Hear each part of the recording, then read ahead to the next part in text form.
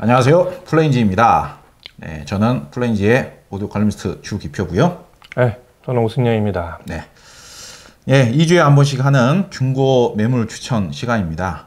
항상 말씀을 저희가 드립니다만은 중고 매물은 저희 플레인지 사이트 중고 매물 페이지에 등록이 되어 있는 아이템 위주로 소개를 하고 있고요. 많이 업체에서는 등록 좀 많이 해주시기 바랍니다. 최근에 저희가 확인을 좀 해봤는데 저희가 추천해 놓은 바로바로 제품들은 네? 거의 3분의 2는 바로바로 팔리는 것 같아요. 3분의 2.5 그러니까 과거에 비해서는 확실히 조회수도 조금 더 나오고 네. 금방금방 팔려요. 유명한 제품들은. 이렇게 뭐 판매 완료 이렇게 뜨잖아요. 근데 예. 전에는 그게 한 반 정도였었던 것 같은데 요새는 많이 더 늘어난 거예요. 그리고요. 갑자기 생각난 건데 네. 아까 저한테 뭔가 문의하신 분이 계셨었는데요. 네. 직접 오셔가지고 같이 상담 좀 하고 싶다고 오신 네. 분이 계셨었는데 많이 올 거 아니에요. 그 오승영님 추천을 보고 그 얼마 전에 아마기 오마주를 사셨대요. 아, 그래요? 그래가지고 거기에 앰플을 찾고 계신다고 진짜 거짓말 아니고 아까 오셨었어요. 제일 보람이 되는 게 네, 되게 뭐냐면 반갑더라고요. 그런 거 뭐 온라인상이든 뭐 직접 대면해서 이렇게 추천해 줬는데 친구랑 누구한테 듣고서 야 너무 좋다. 네. 이럴 때가 제일 기분 좋죠. 네, 정말 보람이 있죠 그때. 덕분에 좋은 제품 선택을 잘했다. 마음에 든다.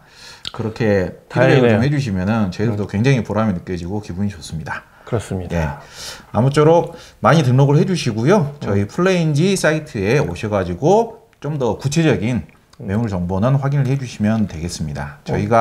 저희는 이제 그 제품이 어떤 제품인가에 대해서 설명을 드리는 거고 제품의 상태나 제품의 구체적인 가격 이런 것들은 그 업체들이 다 다르니까요. 업체 정보가 저희 사이트에 나와 있으니 업체로 직접 전화를 해보시는 게 가장 정확하겠습니다. 그리고 저희들은 제품의 성향 그리고 그 제품이 얼마나 뭐 독특한 제품인지 매력적인 제품인지 그런 부분에 대해서 설명을 드리도록 하겠습니다. 자, 그러면 오늘은 어떤 제품? 오늘은 이렇게 보니까 그게 요새 좀 많이 보신다는 느낌이 좀 드는 게 플레인지 그 매물 이런 거 사실 잘 안 봤었어요. 네. 옛날에는 업데이트도 좀 빠르지 않고 그래서 근데 이제 판매 완료 여부를 별로 안 보셨었죠? 그렇기도 하고 보는 법도 몰랐어요 잘. 그랬는데 이거 저희가 하고 나서는 당연히 이제 보게 되잖아요. 업데이트가 빨라. 판매도 제가 추천한 거 팔렸나 저도 좀 보고 그러거든요. 하여튼 근데 어제 제가 이거 소개하려고 한 게 팔렸어. 네. 좀 이따 그 얘기 할게요. 하여튼. 금방 팔렸더라고요. 소프라2가 팔렸어. 하여튼 오늘 첫 소개할 건 저도 오늘 한 서너 개 시간 되면 4개까지 소개를 하려고 하고요. 첫 제품이 에어의 AX5예요. 에어 AX5. 그것도 20주년 20라고 하죠. 그 에어는 사실 호불호나 아는 분 모르는 분이 좀 많이 엇갈려요. 되게 좀 마치 신비감이 좀 있으면서도 그렇죠. 되게 고급 브랜드죠. 그렇죠. 그게 왜 그러냐면 크기는 조그매 보이고 사실 디자인도 이렇게 보면 사실 평범해 보이는데 비싸. 되게 고가예요. 비싸요. 그래서 이게 뭘 그렇게 비싸냐. 그래서 그다음부터 관심도 안 두는 분들이 많아서 그게 엇갈리는 이유 중에 하나고. 워낙에 하이에 가 있으니까 관심을 갖기가 쉽지가 않아요. 맞아요. 그리고 접근성이 좀 멀어가지고. 근데 에어가 하이엔드 앰프를 다 써본 제 주변에도 그렇고 친구도 그런 친구 있고 다 써본 친구들이 그 다음에 간 앰프 중에 하나예요. 네, 맞습니다. 진공관으로 가든가 그 다음에 뭘 들어야 되지. 별로 딴 것들은 마음에 안 들어오고 하는데 에어 막 MXR 이런 거 사고 나서 또 오디오가 한번 또 크게 발전하고 또 스피커를 그것도 따라서 바꾸고 이런 경우가 많았던 것 같아요. 근데 이 인티 앰프인데 일단 작아요. 이렇게 좀 컴팩트한데 에어의 최고 라인업인 그 KXR이라는 프리앰프 단이 그대로 들어가 있고 그다음에 그 최고 앰프인 또 MX 그러니까 이 에어의 R 시리즈들이 플래그십들인데 MXR의 그 출력단이 그대로 들어가 있는 뭐 사실은 최고 제품들을 하나로 합친 제품이라고 보시면 돼요. 그게 원래는 2013년인가 나왔는데 에어는 앰프를 내놓으면 전원부를 끊임없이 바꿔. 한 2번은 계속 바꿔서 조금 바뀌면 X 붙이고 또 뭐 XS 붙이고 이렇게 해서 그다음에 또 뭐 그다음 버전 바뀌고 해서 하나를 출시하고서 끊임없이 하여튼 마이너 체인지를 조금씩 하는데 주로 대부분 전원이나 출력 쪽이에요. 이 앰프는 뭐 아시겠지만 찰스 한센이라는 분이 만들었고 찰스 한센. 네, 유명하죠. 사장님이죠. 미국 시장에서는 굉장히 유명하죠. 그렇죠. 존경을 받고 있는. 자전거 매니아인데 얼마 전에 자전거 타다가 돌아가셨어요. 사고가 나서. 아, 예. 몇 년 전이에요. 예. 이 앰프 출시 전인지 하여튼 후인지 모르겠는데 하여튼 아발론. 얼마 전에 몇 년 전에 기사 뜬 거 그렇죠, 봤네요. 그렇죠. 예, 맞아요. 원래 아발론 엔지니어였는데 아발론 그 설계자였는데 우리가 아는 그 이클립스 같은 아발론 제일 많이 팔린 그 스피커 설계자죠. 그다 나와가지고 이제 자기가 만든 회사가 이제 에어인데 소리 자체가 그 굉장히 뭐라 그럴까? 에어. 말 그대로 에어예요. 그러니까 에어스러워요. 콜로라도 덴버에 있는 회사인데 그 덴버의 그 아주 청명한 공기 이런 거. 그래서 일단 저 전원부나 이쪽 프리단 쪽은 쥐 죽은 듯이 조용하게 만들고 출력 자체를 굉장히 그쪽은 좀 따스해요 소리가. A 클래스의 어떤 전형적인 따스함과 아주 청명함이 같이 들어있는 앰프라고 보시면 돼요. 제가 에어 첫째 초기 제품을 V3라는 제품 쓰게 돼서 V3 마크 2를 쓰고 그다음에 V5는 이제 빌려가지고 이제 시청용으로 한 또 6개월 또 집에 와 있었고 그래서 초기 제품들 다 써봤는데 굉장히 좋은데 단점이 하나 있어요. 단점이라기보다 제가 잘못 쓴 게 제 앰프의 한 반 정도를 쓴 게 제작 프리를 못 썼어요. 파워 앰프만 3개를 써봤는데 나중에 이 AX7하고 5를 듣고 나서 아 이거는 제작 프리를 써야 되는구나. 사실은 두 개를 분리해 놓은 거지 타사 프리를 쓰거나 타사 파워를 쓰거나 하는 제품은 아니에요. 그래서 연결돼 있어야 되는데 하여튼 그런 의미의 이제 인티 앰프가 그래서 의미가 있는 거고 이 제품의 특징이 뭐 저도 회로 전문가는 아닌데 이 제품의 특징을 설명해야 되니까 다이아몬드 서킷이라는 게 들어가 있어요. 이 소위 우리가 하는 MPN, PNP FET 여기 FET를 좌우를 이렇게 위아래 두 개를 붙여놨어요. 이쪽 그 채널별로 좌측은 그렇고 어려운 설명이네요. 이쪽은 반대로 PNP, NPN을 또 바꿔서 이렇게 해놓고서 그게 굉장히 옛날에 꽤 유명한 특허였는데 쉽게 쓸 수가 없는 그 앰프에 이렇게 아무나 쉽게 쓸 수 없는 나름의 좀 전후간 그 배열을 굉장히 잘해야 되는 그래야 제 성능이 나오는 구조래요. 이거를 찰스 한슨 같은 이제 전문가가 이제 썼는데 이게 좋은 게 뭐냐면 딱 로딩이 걸리면 브릿지 모드로 접속이 되는 거야. 근데 에어 앰프가 이게 대용량 트로이덜 트랜스도 고가의 앰프 치고는 대용량 트로이덜 트랜스도 안 들어가 있고 그게 달라요. 좀 설계 방식이 좀 다르잖아요. 에어 앰프들이 나중에 높게 만든 것들도 안에 보면 EI 방식 구형 트랜스 요만한 걸 써요. 네모난 거. 까맣게 저기 감아놓고 그리고 대부분 슬림하게 만들어도 충분한 거예요. 높인 거는 그런 이유가 따로 있어요. 트랜스 크기나 이런 거랑 전혀 무관하게 사이즈가 소리에 되는 거고요. 추구하는 특성이 완전히 다르다. 그게 뭐 어떻게 좀 다른 건지. 기본적으로 전원부를 이렇게 하드하게 대용량 전류를 흘려서 그 스피커를 이렇게 댐핑으로 잡아내는 이런 소리를 싫어해요. 꽉 이렇게 소리를 쥐어짜는 그런 스타일이 아니죠. 그렇죠. 그렇게 해서 뭐 아주 드라마틱한 소리를 만들어내는 그런 스타일을 취향하지 않고 자연스럽게 풀어놓고 대신 출력석에서 그거를 드라이브나 이런 것들을 만들어내는 그런 거를 구현하는 그런 앰프라고 보시면 돼요. 그래서 되게 아까 말한 지금 그런 특성 때문에 스피커를 옥죄거나 이렇게 피트로 잡아서 꼼짝 못하게 해서 막 엄청난 저역을 나오게 하거나 이런 쪽이 아니고 그냥 툭툭 풀리는데 우리가 아는 전형적인 그 2000년대 후반에 나타난 하이엔드 특성처럼 자연스럽게 그냥 빵빵 터지는 소리 있잖아요. 하늘하늘한 찰랑거리면서 사실 드라이브 강한 앰프들이 그 높은 다이아에서 이렇게 살살 미세한 마이크로 다이내믹스 같은 게 좀 약하잖아요. 그 고출력 앰프의 또 단점이기도 하고 에어 앰프들이 100W 잘해야 한 100에서 한 200W V1도 200W 안 넘는 걸로 알고 있는데 100W 내외로 앰프를 만드는 게 거의 최적점이에요. 이 앰프도 지금 120W인가 그렇고요. 하여튼 그렇게 만드는 스타일이고 그걸 구현하는 방식이 아까처럼 순간 파워를 내는 다이아몬드 서킷 같은 거.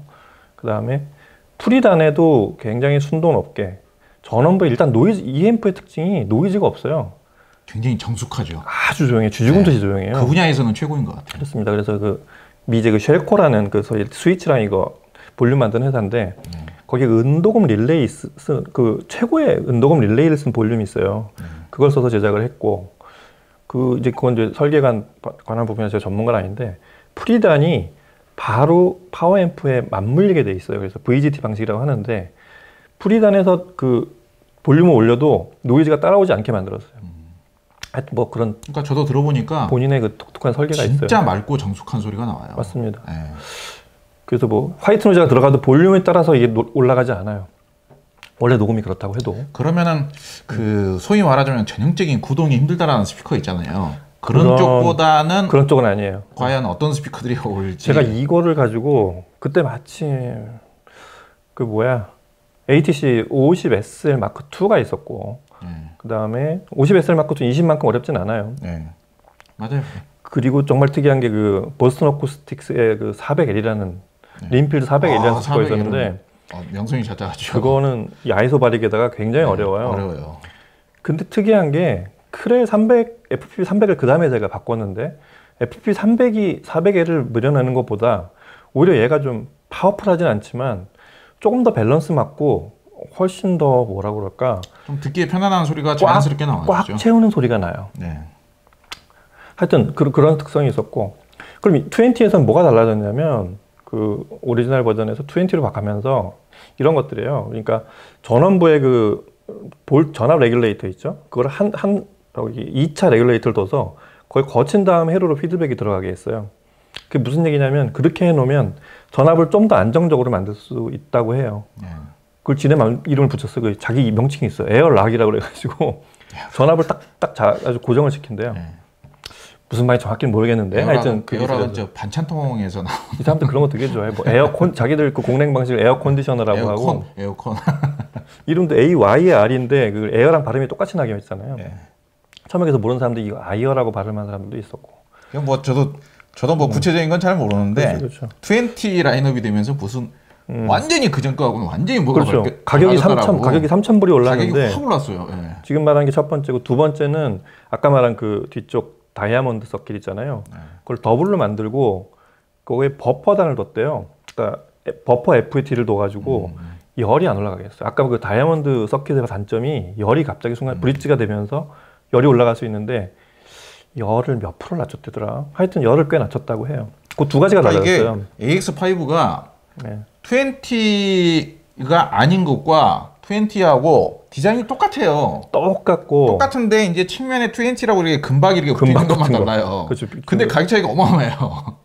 오리지널이 10,000불 가까이 했고 이게 한 13,000불 가까이 했었으니까. 저도 예전에 AX7부터 저도 사용을 해본 적도 있고 7도 좋아요. 네, 분리형도 제가 리뷰해본 적도 있고 그러는데 되게 독특한 매력을 가지고 있어요. 맞아요. 그러다 보니까 꼭 한 번쯤은 써볼 만한 매력, 독특한 신비한 그렇습니다. 매력을 가지고 있긴 있는데 생각보다 가격은 좀 비싼 느낌인 거는 사실이에요. 에어앰프의 특징이에요. 네. 그러니까 가성비가 좋은 제품을 찾는 분들한테는 안 어울릴 수도 있는데 그만큼의 에어라는 제작사가 그만큼의 자기네 제품에 대한 자부심을 가지고 있다는 건 분명한 거죠. 그렇죠.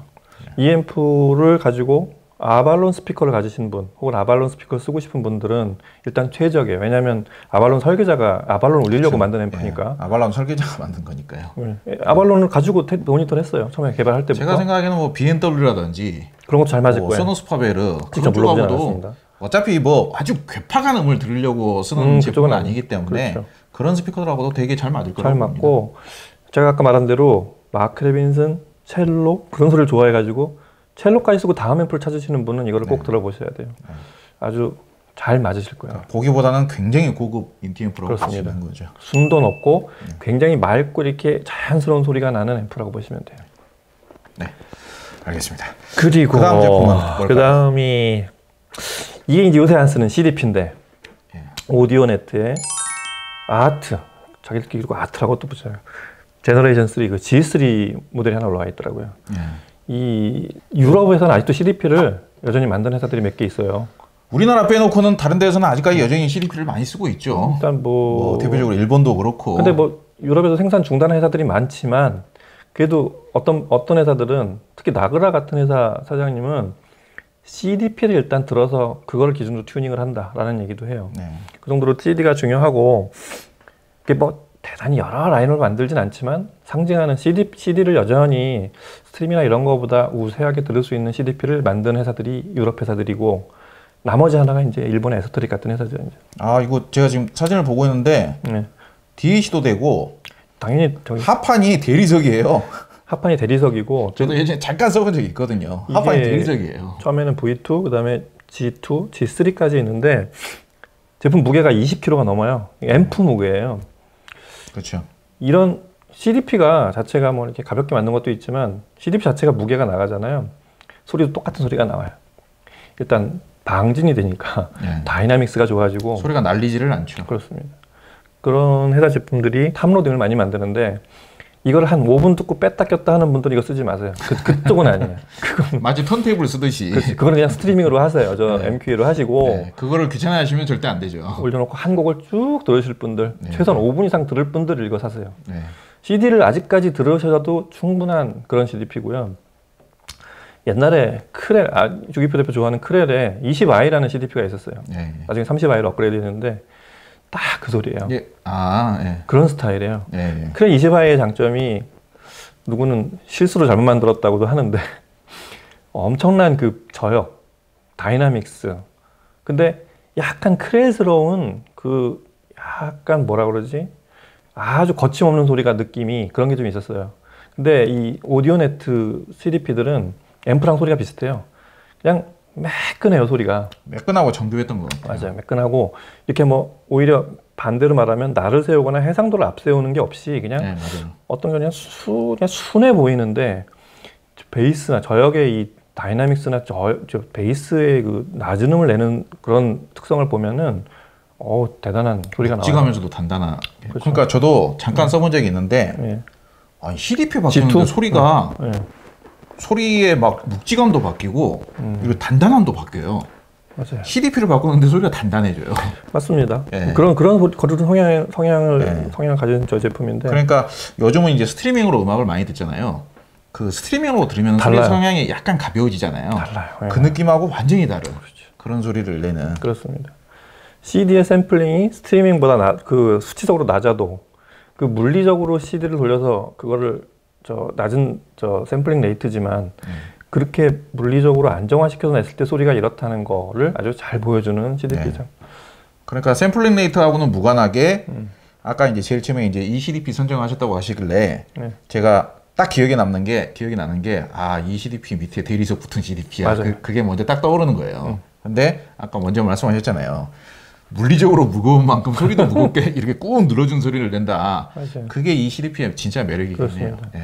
정숙하기도 하고 앰프 소리들도 비슷한데 하여튼 그 지금도 난 그런 게 나오는지 몰랐는데 여전히 필립스에서는 CD 메커니즘 만드니까 이제 CDP가 나오겠죠. 네.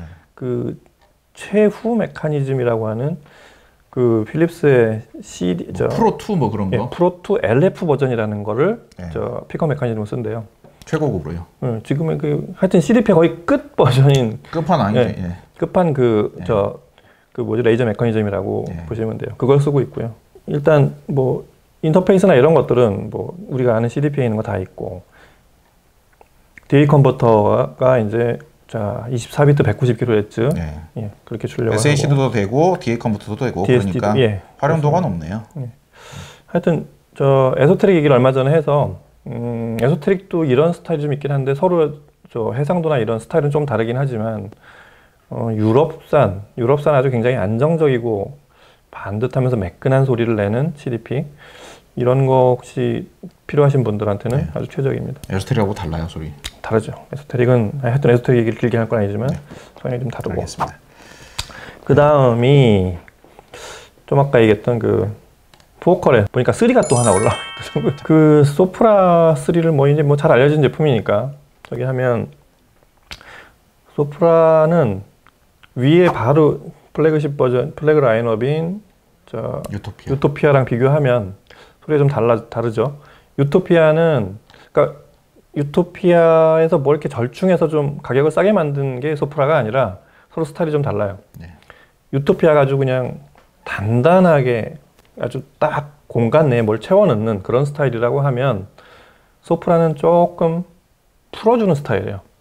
그 일단 저 중간에 그 트위터 쪽에 있는 IHL이라고 하는 소프라에도 쓰인 기술들이 여러 가지가 있는데 약간 뒤를 혼처럼 튀어놓은 그 트랜스미션 방식처럼 뒤를 혼을 열어놓은 방식의 영향으로 좀 이렇게 뒤로 좀 공기가 좀 에어리하게 돌아가는 방식이 소프라 그 특유의 소리예요. 그런 게 좀 달라서 약간 포만감이 있다고 느끼시는 분도 있고 저음이 오히려 더 유토피아는 아주 단단하고 파워풀하다고 보면 저음이 소프라 쪽은 조금 풍성하면서 포근하다라고 하시는 분들이 많을 정도로 소리가 좀 그렇게 좀 서로 좀 다릅니다. 그쵸. 뭐 동급을 비교할 수는 없지만 유사한 크기의 유토피아랑 비교하면 가격이 한 거의 3분의 1, 4분의 1이라고 할 수 있는 차이 많이 나죠. 그죠? 예. 그 정도 급인데 바꿔서 말하면 가격 대비 성능이 굉장히 좋은 기종이에요. 2도 그렇고 3도 그렇고. 더욱이나 소프라 시리즈가 지금 국내에서 굉장히 신품도 싸게 판매를 해요. 그래가지고 그런 지금 영향도 좀 등록되어 있고. 있는 가격이 네. 소프라 2보다도 소프라 3가 가성비가 굉장히 지금 좋은 상태예요. 그렇죠. 뭐 저 참고로 미국 스테레오 파일에서는 소프라 3가 저기 리스트에 올라가 있죠. 2가 아니라. 등록되어 있죠. 네. 네.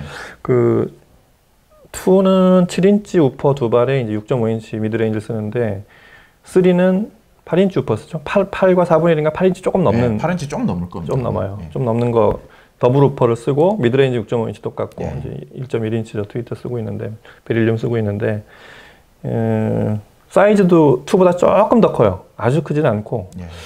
이렇게 보면 얼핏 보면은 잘 구분이 안 갈 정도로 한 110%? 키도 약간 더 크고. 아니에요. 한참 더 커요. 그래요? 네, 한참 더 커요. 오, 그렇구나.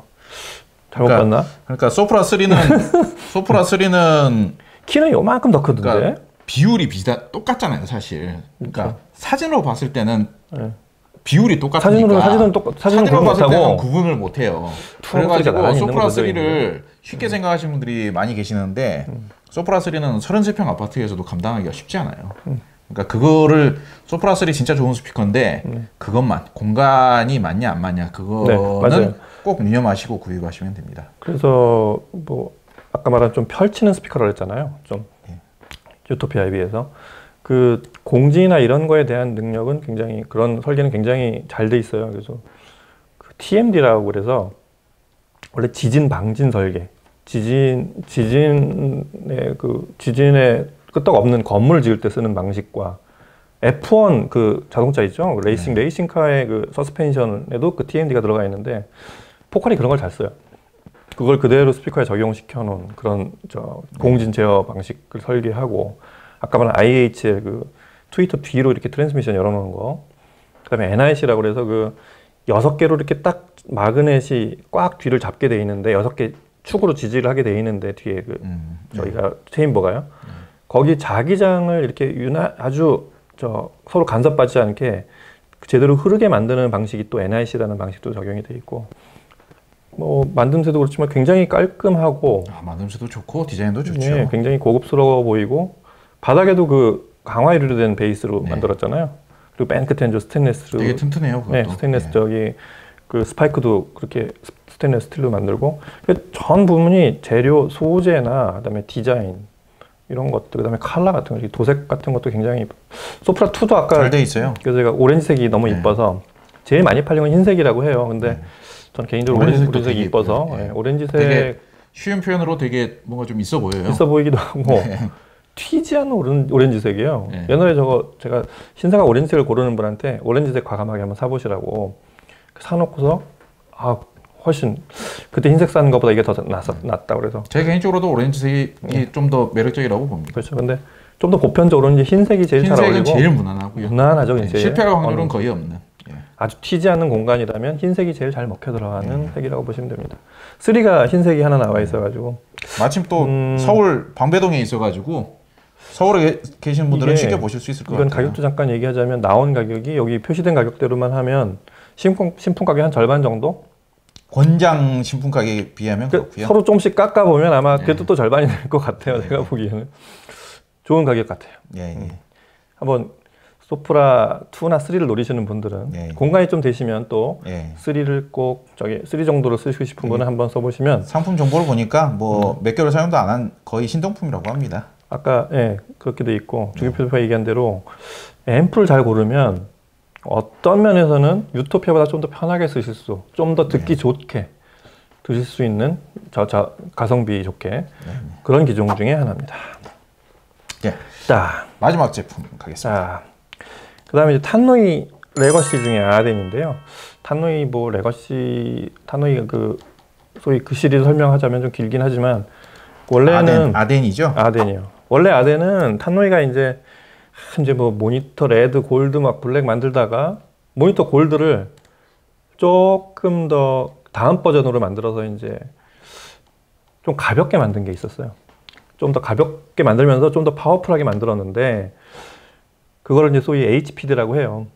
하이 퍼포먼스 듀얼 콘센트리라고 해서 예. 그때부터 탄노이의 사실은 명성은 그때부터 좀 커진 게 보급형을 되게 많이 만들기 시작해서 그걸 여기저기 다 붙여가지고 예. 그래서 HPD의 그 A 버전을 가지고 만든 그 라인업이 조금 더 조그맣게 만들었어요. 그 전에는 그 벽에 붙이거나 뭐 이렇게 큰 스피커들을 로딩을 길게 하는 그 통을 크게 한 걸 좀 줄여가지고 조금 작게 한 크기도 한 1m, 키도 1m 넘지 않고 네. 폭도 한 5, 60 정도 그렇게 만든 게 지금 만든 그 레거시 시리즈들인데 그게 모델이 총 원래는 5개가 있었어요. 아덴, 버클리 그게 2개가 이제 15인치들이고 네. 아덴보다 이제 같은 15인치인데 그보다 조금 몸체를 작게 만든 게 이제 버클리고 12인치에 이제 체비옷이라는 스피커랑 그다음에 이튼이라는 스피커였어요. 네. 역시 또 체비옷보다 같은 12인치인데 체비옷보다 조금 더 바디를 작게 만든 게 이튼이고 그다음에 데본이라는 10인치짜리가 또 있었어요. 네. 그게 385, 315, 295 뭐 이렇게 부르는데 그거를 이번에 딴 건 빼고 아덴하고 체비엇하고 이튼 이렇게 3개만 아마 국내 발매를 했을 거예요. 레거시로. 국내 발매가 아니라 레거 시리즈로 네, 재발매한 게 이제 그 세 제품이었던 것 네. 같아요. 지금 말한 대로 다른 탄노이보다 체구가 작아요. 뒷길이도 조금 작죠. 작게 만들고 탄노이 오래된 모델들의 단점들이 뭐냐면 그 사실은 캐비넷 같은 것도 좀 누가 만든지도 모르는 캐비넷도 돌아다니기도 하고 원래 만들어도 좀 약해요. 중고 같은 경우는 그렇죠. 예, 그래서 타노이 그 듀얼 콘센트리 그 유닛 무게가 꽤 되거든요. 네. 그거를 철제로 만들고 그 자석 같은 무게가 알리코 버전들이고 385도 HP들로 그렇게 만들다 보니까 오래되면은 앞에 베풀에서 이게 조금씩 뒤로 기울기 시작해요. 나사가 이렇게 오래된 것들은요. 예. 그게 좀 헐거워지거나 그래서 약간 이렇게 뒤로 눕혀져서 위가 좀 이렇게 잉크로 자체가 약간 뒤로 좀 쑥 들어간 그런 것들이 좀 있어요. 그거를 HPD 되면서 이거를 바디를 뒤에 캡을 플라스틱으로 바꿨어요. 근데 이제 뒤를 다 골드 톤으로 차출을 해가지고 모니터 골드랑 헷갈려 하시는 분들이 좀 있긴 있어요. 모니터 골드는 이제 금속으로 만들었고 뭐 그렇게 자세한 설명까지는 필요 없겠지만 하여튼 그렇게 해서 만든 그 HPD A를 쓴 그 레거시 중에 제일 큰 게 아덴이고요. 뭐 타노이를 제가 12인치짜리 뭐 그렇게 비싼 건 아닌데 한번 탄노이를 집에 써보고 싶어서 SRM12X라는 걸 써봤는데 슈퍼레드 모니터죠. 너무 마음에 들었어요. 이것도 무슨 아주 하이엔드적으로 뭐 비교하자면 그런 어떤 물리적인 어떤 뭐 그런 구현에 대해서는 조금씩 모자란 부분이 있는데 그걸 뛰어넘는 뭐 JBL 얘기할 때도 뭐 그런 얘기를 하는데 좋죠. 집에서 쓰면 오히려 너무 좋죠. 너무 정확한 뭐 다큐멘터리냐 이게 아니면 조금 판타지가 있는 영화냐 이런 거에 대한 비유처럼 다큐멘터리로 쭉 가면은 야 정확하다라고 하지만 재미가 없거든요. 그렇죠. 거기에 영화가 감성이 없죠, 감성. 약간 뻥인 거 알면서 영화를 살짝 섞어줘야 이제 이게 사람이 업이 되고 즐거운 거잖아요.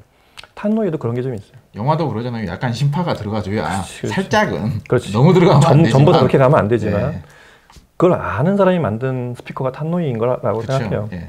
그래서 그 특유의 그 사람 육성, 사람 목소리와 그 현악기 같은 거는 최고야 여전히 들어도. 그렇죠. 예. 너무 행복한 소리가 나요. 낭낭하고 그윽한 소리가 나죠. 포근하고 아주 사람을 그냥 나긋하게 만들어주는 그런 긴장을 소리가 있어요. 쫙 풀어주는 소리죠. 그렇죠. 예. 레거시가 되면서 이제 뭐 새로 발매하다 보니 가격이 좀 오르고 그랬는데 좀 아까 말했듯이 기존에 이 지금 아까 말한 그 저기도 그 인클로저 엣지 주변도 아주 튼튼하게 절대로 안 떨어지게 새로 다 디자인도 하면서 아주 촘촘하게 볼팅을 해가지고 아주 안정적으로 붙어 있고 타노이를 옛날에 써보면 이 시리즈 이런 사이즈를 써보면 버클리도 그렇고 제일 문제가 인클로저 뭐 뒤는 그렇다 쳐 바닥이 되게 형편없어요. 소위 MDF를 만들어서 이렇게 사실 다른 받침을 쓰게 되죠. 일반적으로. 그렇죠. 이게 중고로 사게 되면 매장에서 이렇게 좀 습기 차고 그러면 바닥이 너덜너덜해지고 맞아요. 균형도 서로 안 맞고 그걸 또 뭘 새로 받쳐보려니 별로 손대고 싶지 않은 만큼 거접스럽고 이랬는데 새 제품이 되면서 서로 이제 새로 스파이크도 붙이고 굉장히 단단하게 잘 만들었어요. 그런 거에 가치가 일단 있는 새로운 탄노이고요. 그러니까 디자인을 보면은 기존 프레스티지 시리즈에 비해서는 디자인은 좀 밋밋해졌지만은 뭔가 탄노이스러운 그런 유전자들은 다 들어가 있는 것 같고 무게 같은 것도 보면 되게 무겁고 튼튼하게 잘 만들어져 그러네요. 있고 오히려 유닛 같은 거는 공간에 동일한 유닛을 쓰고 같은 있고 유닛, 그러다 오히려 보니까 새로 만든 유닛이니까 그런 것들은 더 낫겠죠. 가격은 좀 더 뭐 물론 이제 가격이 이것도 제 개인적인 느낌으로는 아주 싸다라고 싸다 생각은 할수 안 없어요. 들지만 나온 지가 얼마 안 됐기 때문에 나온 지가 얼마 안 돼서 그런지 아주 싼 느낌은 아니에요. 솔직히 이게 이야기하자면. 근데 1,000만 원이 조금 안 되는 게 신품 가격인데 어찌됐든 그래도 약간 더 싼 느낌이 뭐 700만 원대에 나와 있는데 네. 매장 전시품이라고 하는 걸 봐서 타노이 제품이 주로 보면 처음엔 앞에 있다가 점점 뒤로 가요. 다른 스피커로 가리면 안 공간을 되니까. 너무 많이 차지하니까. 그렇죠. 매장에 있다 보면 저 뒤로 가야 돼요. 그래서 뒤에 딱 해서 움직이지 않는 경우가 많은데 뭐 특별히 흠집이 날 일도 없고 뭐 이거 영국산이고요, 특히. 아니 상태는 되게 깨끗해요. 상태는 되게 분명히 그냥 깨끗한데 박스에서 꺼낸 상태라고 보시면 될 거예요. 이게 저 같은 경우에도 이런 디자인에 전면 베풀이 이게 널찍하면서도 최소한 15인치 유닛 들어간 이런 스피커들이 어떤 것들이 있을까 이렇게 생각을 해봤는데 딱히 이 정도 가격대에서 살 수 있는 스피커가 그렇게 많지는 않아요. 뭐 클립시의 뭐저 그렇지, 스피커가 그런 또 것들. 좀 있고 그러는데 클립시 제품하고는 또 이제 매력 포인트가 또 확실히 또 다르고 소리도 다르고 서로 성향도 다르고 그런 거 있잖아요. 최고의 소리를 들어보려고 앰프부터 해가지고 아주 슬림한 스피커를 쓰다가 오늘 탄노이로 탁 바꿔서 놓잖아요. 너무 행복해. 야 이거 사람 사는 집 같고 소리의 자연스러움이라든지 소리의 소리도 스케일이라든지 이런 소리인데 게 달라도 너무 다르죠. 우리도 소리 때 이렇게 앉아 있으면 그냥 행복한 스피커가 탄노예요. 멋있어요 정말. 음악을 그냥 트는 순간 공간이 달라지죠. 또 음악이 또 나오기 시작하면 또 달라지고. 그게 이제 대형 스피커들의 이제 매력이죠. 그렇습니다. 아덴 한번 꼭 들어보시고요. 네. 제가 오늘 찾아보고 저기 추천드리는 제품들은 거기까지입니다. 네.